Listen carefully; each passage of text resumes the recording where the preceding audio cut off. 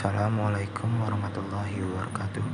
Kami dari kelompok 13, nama saya Rahma Wijaya dan rekan saya Rias Dermawan akan mempresentasikan tentang menyusun proposal penelitian kualitatif.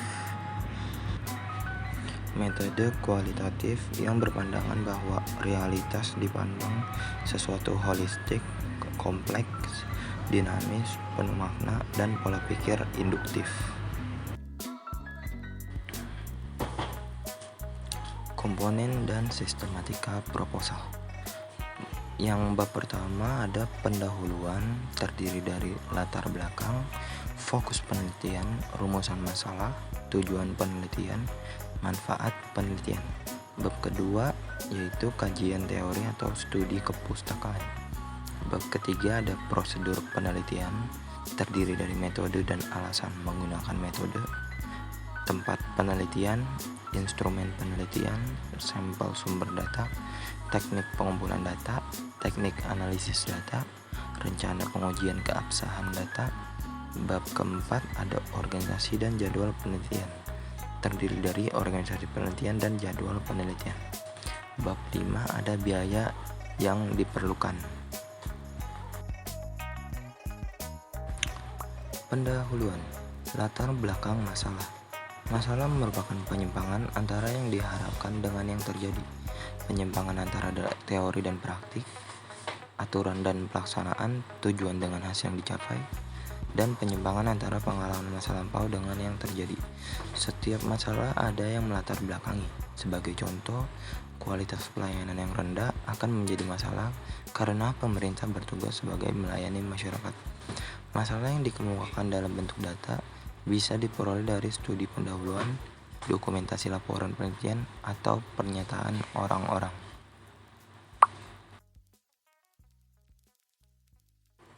Yang kedua, fokus penelitian. Fokus penelitian ini adalah kebatasan masalah. Karena adanya keterbatasan, maka peneliti tidak akan melakukan penelitian keseluruhan pada objek, tetapi perlu melakukan fokus. Contoh dalam penelitian pendidikan. Penelitian memfokuskan pada interaksi guru dan murid dalam kelas. Penentuan fokus berdasarkan hasil studi pendahuluan, pengalaman, referensi, dan saran pembimbing atau orang yang ada di bidang ahli. Fokus penelitian ini masih bersifat sementara dan akan berkembang setelah penelitian meneliti di lapangan. Rumusan masalah. Rumusan masalah merupakan pertanyaan penelitian yang jawabannya dicarikan melalui penelitian. Namun bila rumusan masalah ini tidak sesuai dengan konsisi objek penelitian, maka peneliti perlu mengganti rumusan masalahnya. Rumusan masalah dalam penelitian kualitatif tidak berkenaan dengan variabel penelitian yang bersifat spesifik, tetapi lebih makro dan berkaitan dengan kemungkinan apa yang terjadi pada objek.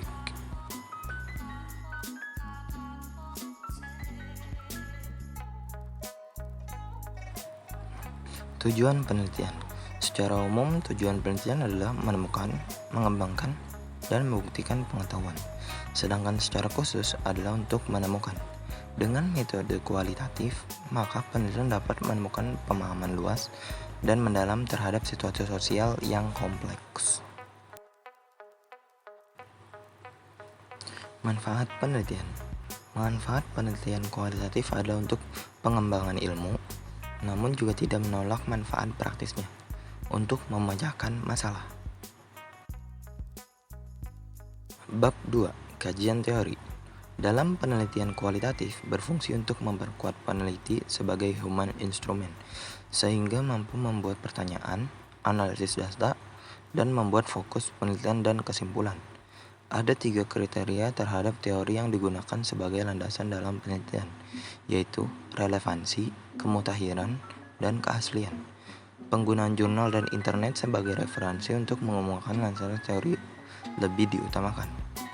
Dalam kajian teori, paling tidak perlu dikemukakan definisi setiap fokus yang akan diteliti, ruang lingkup keluasan, serta kedalaman.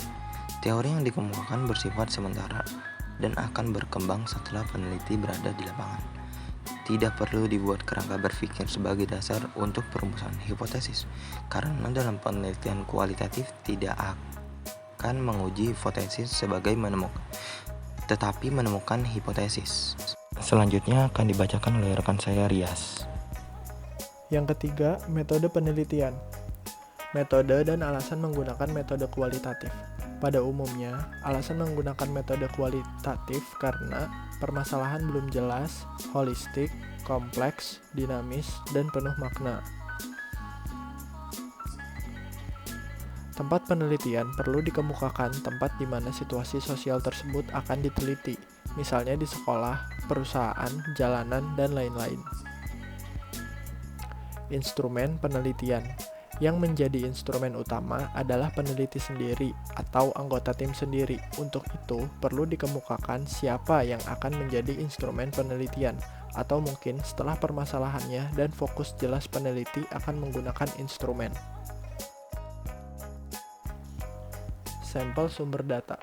Sampel sumber data dipilih secara purposif dan bersifat snowball sampling. Penentuan sampel data masih bersifat sementara dan akan berkembang kemudian setelah peneliti di lapangan. Sampel sumber data pada tahap awal memasuki lapangan dipilih orang yang memiliki power dan otoritas pada situasi sosial atau objek yang diteliti, sehingga mampu membukakan pintu untuk peneliti kemana saja akan melakukan pengumpulan data.